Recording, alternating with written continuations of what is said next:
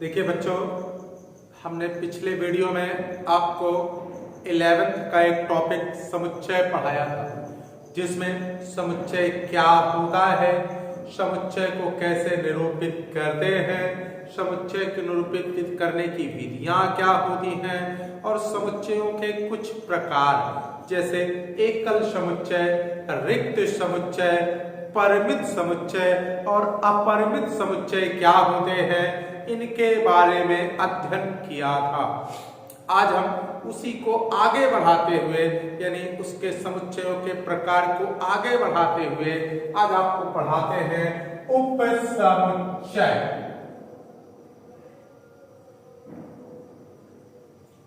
उपसमुच्चय सबसेट। अच्छा, ये उपसमुच्चय क्या होता है?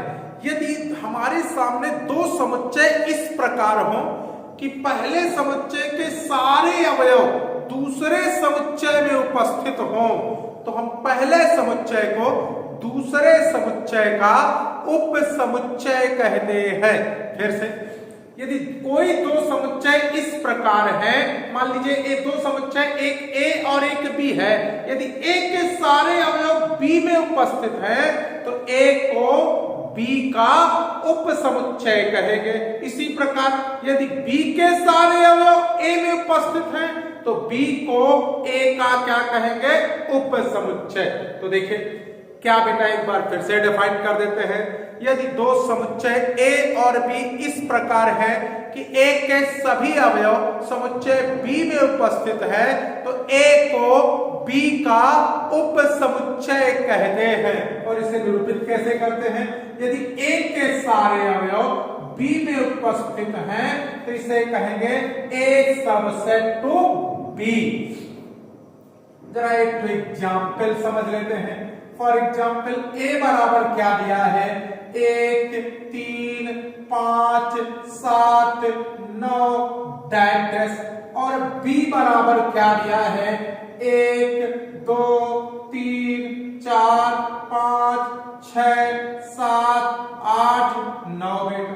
तो जरा देखिए गौर से, बी मेरा क्या है? एक नेचुरल नंबर है जिसमें सारे नेचुरल नंबर प्रेजेंट हैं। लेकिन ए क्या है? वो भी एक नेचुरल नंबर है, लेकिन केवल ऑड यानी केवल विषम प्राकृतिक संख्याएं हैं। और गौर से देखो, ए के सारे अवयव मेरे बी में उपस्थित हैं, इसलिए ए सबसेट हो जाएगा बी, क्योंकि ए के सारे अवयव काहे में उपस्थित है? बी में उपस्थित है, इसलिए ए सबसेट हो जाएगा बी। तो यदि हमारे सामने कोई दो समुच्चय इस प्रकार है कि पहले समुच्चय के सारे अवयव दूसरे समुच्चय में उपस्थित हैं, तो पहले समुच्चय को दूसरे समुच्चय का सबसेट यानी उपसमुच्चय कहते हैं। तो ये इसका एग्जाम्पल है। देखिए, इसमें एक आध चीजें आपकी और समझने लायक है, वो जरा चीजें देख लीजिए। क्या बेटा, जरा देखो बेटा, क्या किसी समुच्चय में उपसमुच्चयों की संख्या सदैव 2 की पावर n होती है? इसको एग्जाम्पल के थ्रू समझाएंगे। तो क्या बेटा, किसी समुच्चय के सभी उपसमुच्चयों की संख्या सदैव 2 की पावर n होती है। ये मोस्ट इंपॉर्टेंट पॉइंट है कि किसी समुच्चय में उसके जो सभी उपसमुच्चयों की संख्या सदैव 2 की पावर n होती है, जहां n उस समुच्चय में उपस्थित क्या है? अवयवों की संख्या है। तो जरा देख लेते हैं। क्या बेटा, फिर से एक बार मैं उपसमुच्चय को डिफाइन कर देता हूं। यदि दो समुच्चय इस प्रकार हैं, मान लीजिए दो समुच्चय, एक ए और एक बी है। यदि ए के सारे अवयव बी में उपस्थित हैं, तो ए को बी का उप समुच्चय कहते हैं, यानी ए सबसेट टू बी। और फॉर एग्जाम्पल अगर बी के सारे अवयव ए में उपस्थित हैं तो इसे क्या कहने लगेंगे, बी सबसेट टू ए। जरा एग्जाम्पल को नोट कर लीजिए और इस नोट को कॉपी कर लीजिए। किसी समुच्चय में सभी उप समुच्चयों की संख्या सदैव 2 की पावर n होती है। कैसे होती है अगली स्लाइड में करवाते हैं, आप इसको कॉपी कर लीजिए।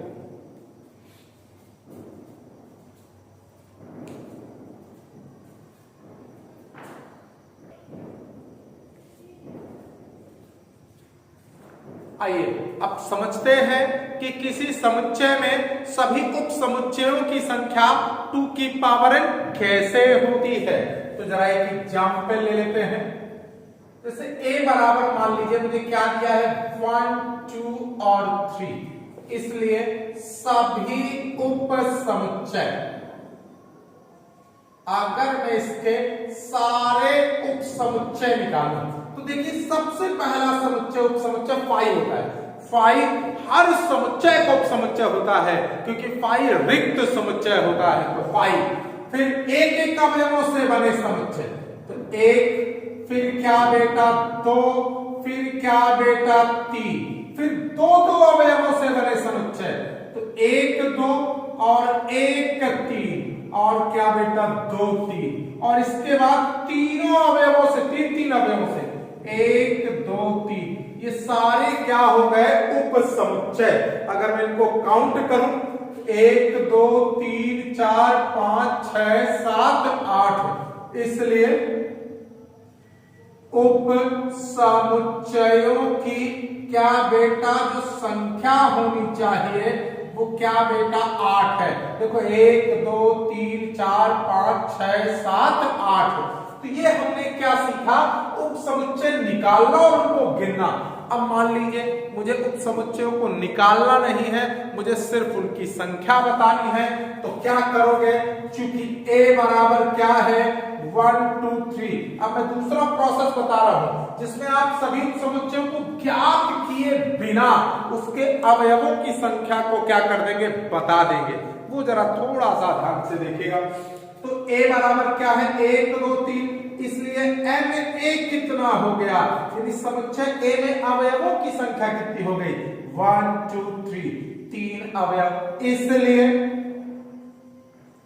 उप समुच्चयों की संख्या मैंने आपको क्या बताई 2 की पावर n, जहां n क्या होता है उस समुच्चय में अवयवों की संख्या। तो कितने अवयव हैं 3, तो 2 की घाते 3 क्या हो गया 8। तो अगर आपको केवल संख्या ज्ञात करनी हो तो 2 की पावर n यूज कर दीजिए, और अगर उनको निकाल कर दिखाना हो तो आप उनको सभी निकाल कर दिखा सकते हैं। क्लियर है बेटा।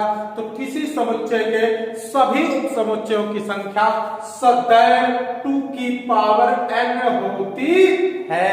उसे आप यदि अवयव को गिन लें कि 1 2 3 अवयव हैं तो 2 की पावर 3 8, मान लीजिए 4 अवयव हैं तो 2 की पावर 4, मान लीजिए 5 अवयव हैं तो 2 की पावर 5। इस प्रकार मैं उप समुच्चयों की संख्या को ज्ञात कर सकता हूं। लेकिन अगर मुझे उप समुच्चय ही बताने हो तो आपको निकालना पड़ेगा। सबसे पहले 5, फिर एक एक एलिमेंट, फिर 2 एलिमेंट से बना, फिर 3 एलिमेंट से बना। इसी प्रकार सारे उप समुच्चयों को हम ज्ञात कर सकते हैं। तो इस स्लाइड को भी कॉपी कर लीजिए, फिर अगली स्लाइड चलते हैं।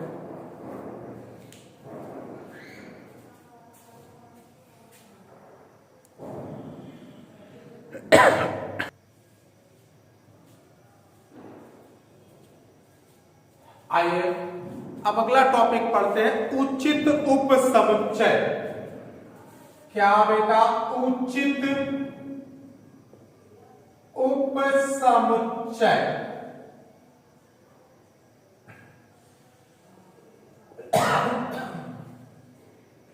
उचित उप समुच्चय, इसको बोलते हैं प्रॉपर सबसेट। अब देखिए उचित उप समुच्चय क्या होता है, समझिए मेरी बात को। यदि 2 समुच्चय A और B इस प्रकार है कि A के सारे अवयव तो B में उपस्थित हों, लेकिन बी ए के बराबर ना हो, मतलब बी में कम से कम एक अवयव ऐसा हो जो ए में ना हो, तो उसे क्या कहेंगे?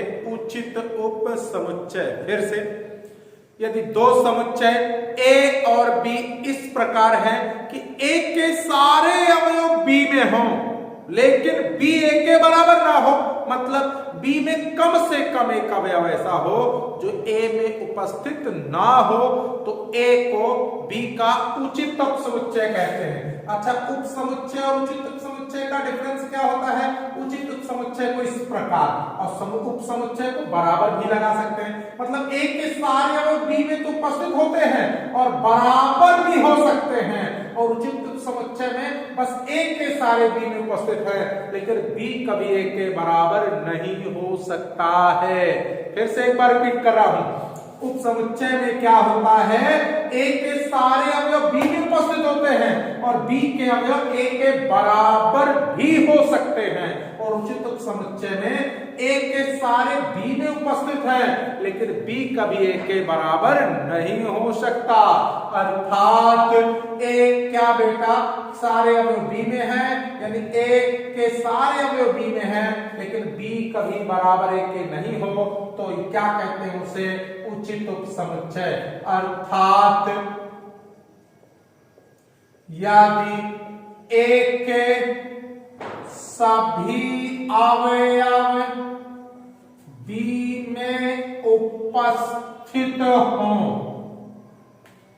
लेकिन बी में कम से कम एक अवयव ऐसा हो कि वह ए में ना हो, अर्थात क्या बेटा? बी बराबर ना हो ए के, तब ए बी का क्या होता है? उप समुच्चय होता है। अब ए को बी का क्या कहते हैं? उचित उप समुच्चय कहते हैं, उचित उप समुच्चय कहेंगे। क्लियर बेटा? तो उम्मीद है उचित उप समुच्चय समझ में आया होगा। उप समुच्चय में बी ए के बराबर भी हो सकता है लेकिन इस उचित उप समुच्चय में बराबर नहीं होगा, यानी कम से कम एक एलिमेंट ऐसा होगा जो ए में प्रेजेंट नहीं होगा। चलिए, तो इसे क्या कहते हैं? उचित उप समुच्चय। इस स्लाइड को भी कॉपी कर लीजिए।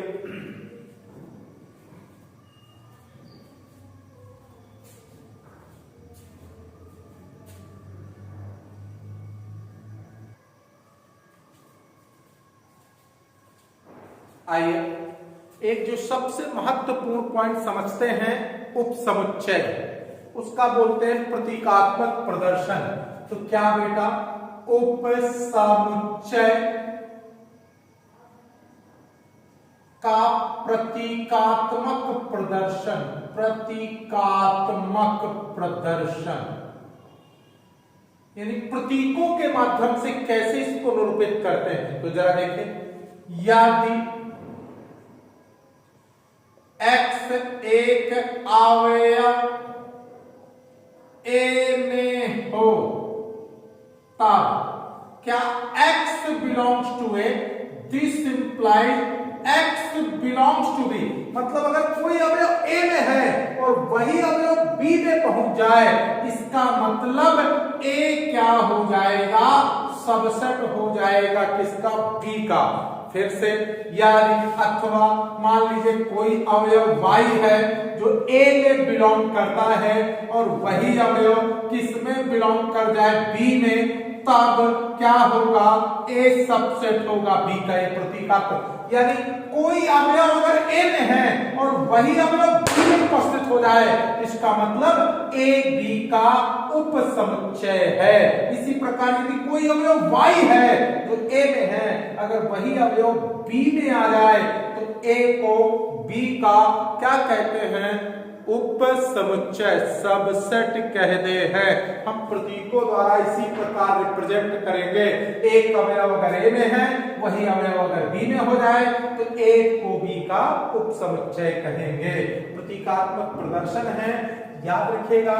अभी हम आगे चल के आपको डिमॉर्गन लॉ पढ़ाएंगे, उसमें सारा प्रतीकात्मक प्रदर्शन ही है।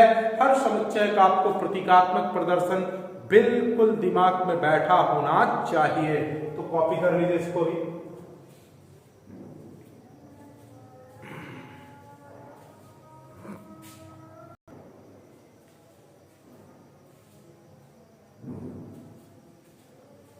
चलिए देखिए अगला पॉइंट आइए, घात समुच्चय, पावर सेट।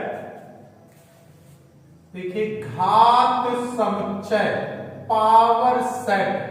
अब ये समझिए कि घात समुच्चय क्या होता है, पावर सेट क्या होता है, इसको समझना है। तो समझिए,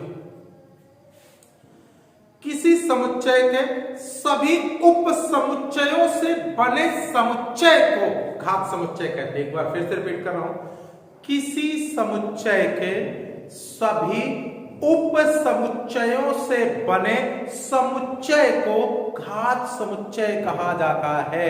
एक बार फिर से रिपीट कर रहा हूं, किसी समुच्चय के सभी उप समुच्चयों से बने समुच्चय को घात समुच्चय कहा जाता है। फिर से,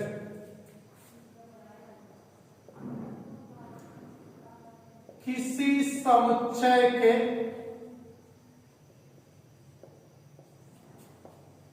सभी उप समुच्चयों से बने समुच्चय को घात समुच्चय कहते हैं। तो घात समुच्चय क्या होता है, किसी समुच्चय के सभी उप समुच्चयों से बने समुच्चय को क्या कहते हैं, घात समुच्चय, पावर सेट कहते हैं।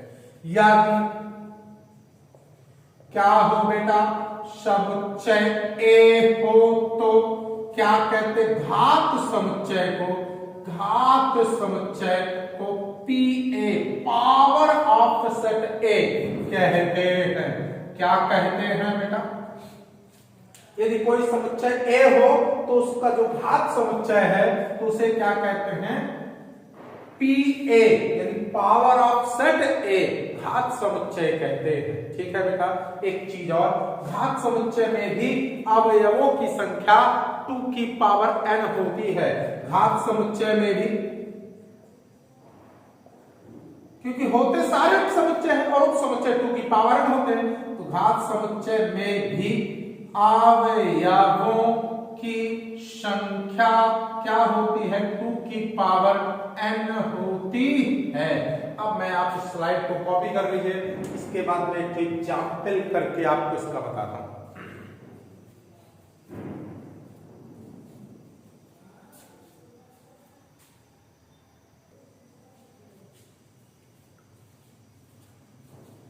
तो चलिए घात समुच्चय का एक हम एग्जाम्पल ले लेते हैं। एक एग्जाम्पल लेते हैं, यदि कोई सेट है जिसके एलिमेंट ए कॉमा बी कॉमा सी हैं, इसलिए ए के सभी उप समुच्चय, जब सभी उप समुच्चय की बात करेंगे तो पहला उप समुच्चय 5, फिर एक एक अवयवों से बने उप समुच्चय, तो ए कॉमा बी कॉमा सी, फिर क्या बेटा, ए कॉमा बी, फिर क्या बेटा, ए कॉमा सी, फिर क्या बेटा, बी कॉमा सी, और फिर तीनों अवयवों से ए कॉमा बी कॉमा सी। तो ये सभी क्या हो गए, इसके उप समुच्चय हो गए। इसलिए जब हम किसकी बात करते हैं, घात समुच्चय की बात करते हैं, तो देखिए घात समुच्चय क्या होता है, इसका जो घात समुच्चय पावर ऑफ सेट ए बराबर सभी उप समुच्चयों से बना समुच्चय, यानी 5 और क्या बेटा ए, फिर बी, एक एक अवयवों से बने समुच्चय, फिर क्या बेटा ए कॉमा बी, ए कॉमा सी, फिर बी कॉमा सी, और ए कॉमा बी कॉमा सी। तो ये क्या हो गया, घात समुच्चय, किसी समुच्चय के सभी उप समुच्चयों से बड़ा जो समुच्चय होता है वो क्या कहलाता है, घात समुच्चय कहलाता है, उसे पावर ऑफ सेट कहते हैं। कॉपी कर लीजिए।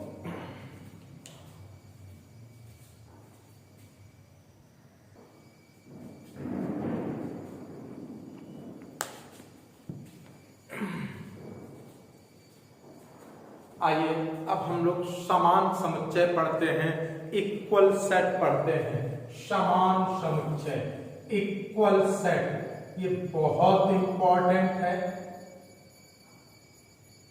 दो समुच्चय समान समुच्चय कब होते हैं या दो समुच्चय आपस में बराबर कब होते हैं, ये जानना आपके लिए बहुत जरूरी है। तो देखिए बेटा, दो समुच्चय तभी समान समुच्चय कहलाते हैं या वो तभी बराबर होते हैं जब पहले के सभी अवयव दूसरे समुच्चय में तथा दूसरे के सभी अवयव पहले समुच्चय में उपस्थित हों।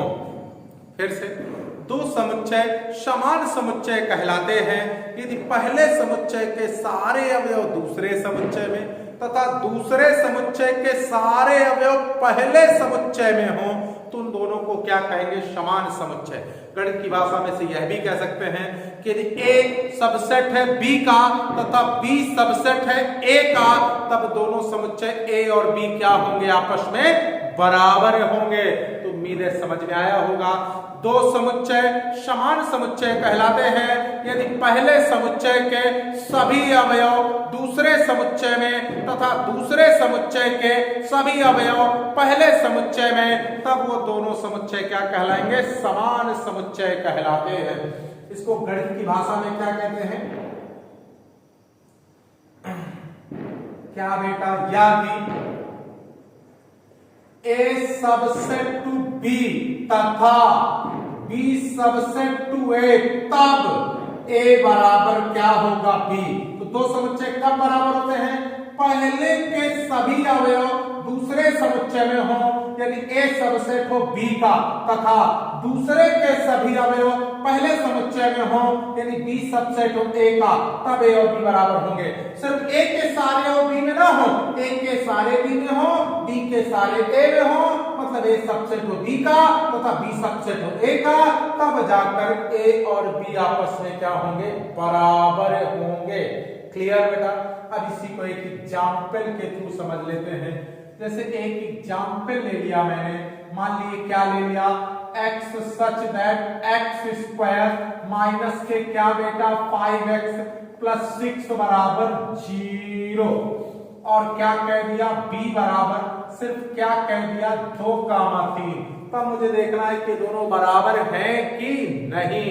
तो आप जरा देखें, चूंकि x square minus 5x plus 6 बराबर 0, इसके गुणनखंड कर लेंगे, फैक्टर कर लेंगे, तो 6 के 3 गुना 6, तो x square 2 plus 3 x plus 6 x square, अंदर क्या हो जाएगा 2x माइनस 3x, कॉमन लिया x माइनस 2 माइनस 3 कॉमन लिया x minus 2, x minus 2 common लिया x माइनस 3 बराबर 0, इसलिए x के दो वैल्यू निकली, एक x माइनस 2 बराबर 0, एक x, इसलिए जो आपका a हुआ वो क्या हुआ, गौर से देखिए, x square minus 5x plus 6 बराबर 0, उसके फैक्टर क्या निकले 2,3, और b क्या है आपका, वो भी 2, क्या है 3 है।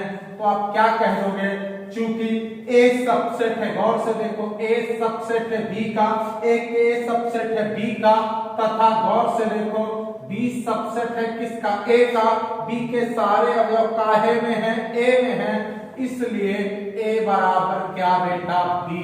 यदि दो समुच्चय इस प्रकार हैं कि पहले के सारे अवयव दूसरे में और दूसरे के सारे अवयव पहले में, तब वो दोनों जाकर क्या कहलाते हैं, समान समुच्चय कहलाते हैं। उम्मीद है आपको समझ में आया होगा।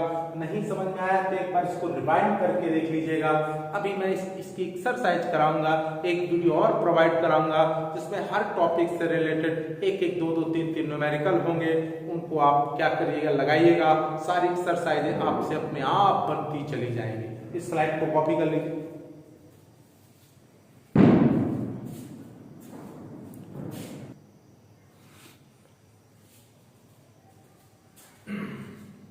आइए अब पढ़ते हम लोग सार्वत्रिक समुच्चय।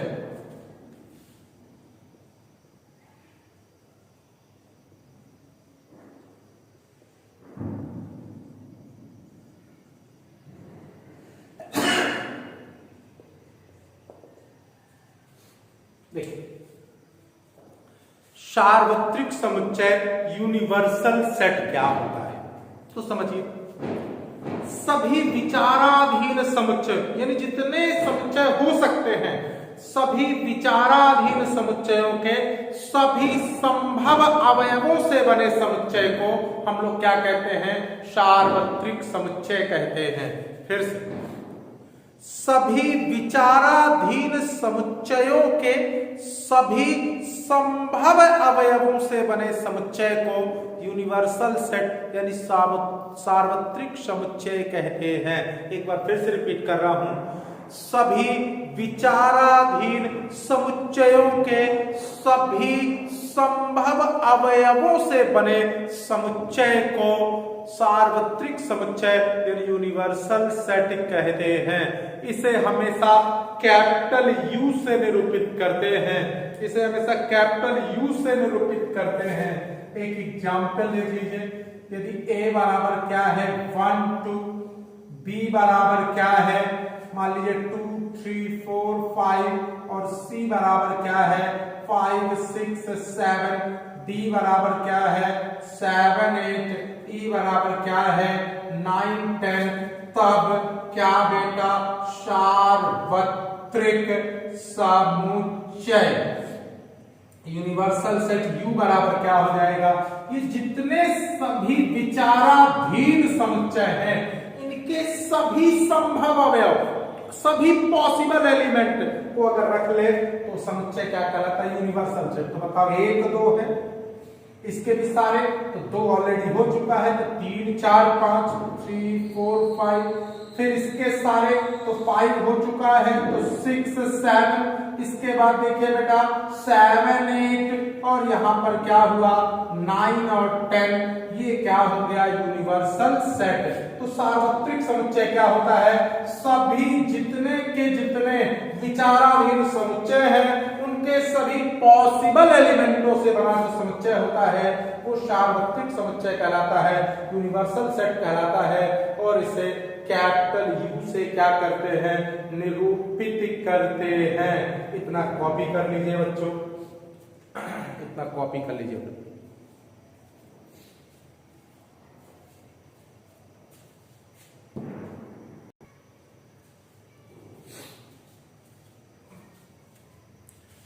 देखिए बेटा, मेरी कुछ तबीयत अस्वस्थ थी, इस कारण मैं वीडियो नहीं बना पाया, लेकिन मैं बहुत जल्द से जल्द आज ही और हो सकता है कल आपको समुच्चय के सारे वीडियोस प्रोवाइड करा देंगे।